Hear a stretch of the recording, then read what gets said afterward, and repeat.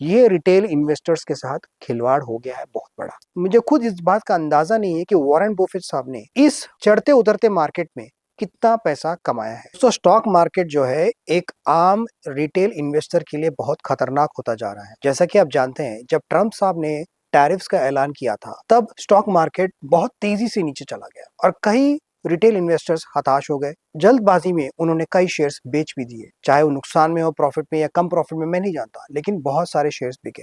सिर्फ सोमवार के दिन जब चाइना पे टैरिफ लगाया गया और चाइना रिवर्स टैरिफ अमेरिका पे लगाया, उस दिन 20 लाख करोड़ का नुकसान हुआ टोटल इन्वेस्टर्स को। ट्रंप साहब खुद आके कह रहे हैं कि अगले 90 दिन के लिए वो टैरिफ को निकाल रहे हैं। अब इससे होगा क्या? फिर मार्केट ऊपर जाएगा। अब जिन बेचारे रिटेल इन्वेस्टर्स ने कम दाम में अपने स्टॉक्स को बेच दिया, उन्होंने वो स्टॉक्स अब दोबारा उस दाम पे नहीं ले पाएंगे। कई लोगों ने तो लॉस भी बुक किया पिछले फाइनेंशियल ईयर। तो ये एक तरह से खिलवाड़ चल रहा है रिटेल इन्वेस्टर्स के साथ पूरी दुनिया में। सिर्फ इंडिया की बात नहीं कर रहा, पूरी दुनिया में। किसका पैसा था ये आखिर? ये सारे उन रिटेल इन्वेस्टर्स के पैसे थे जो जिनके पास फर्स्ट हैंड इंफॉर्मेशन नहीं था कि मार्केट में आगे क्या होने वाला है। ट्रंप साहब सब कुछ जानते हैं। वो जानते हैं कि कब वो टैरिफ लगाने वाले हैं, कब टैरिफ निकालने वाले। यहाँ तक कि व्हाइट हाउस में भी कई लोग जानते होंगे। तो क्या ये एक इनसाइडर ट्रेडिंग का अपॉर्चुनिटी नहीं देता है? इनसाइडर ट्रेडिंग अगर होता है तो वो लोग को फायदा मिलता है जो इसकी जानकारी पहले से ही इनके पास होता है। और मान लीजिए कोई कंपनी है, वो कंपनी अगर बोनस देने वाली है अपने शेयर होल्डर्स को या स्टॉक स्प्लिट होने वाला है, तो अगर उसका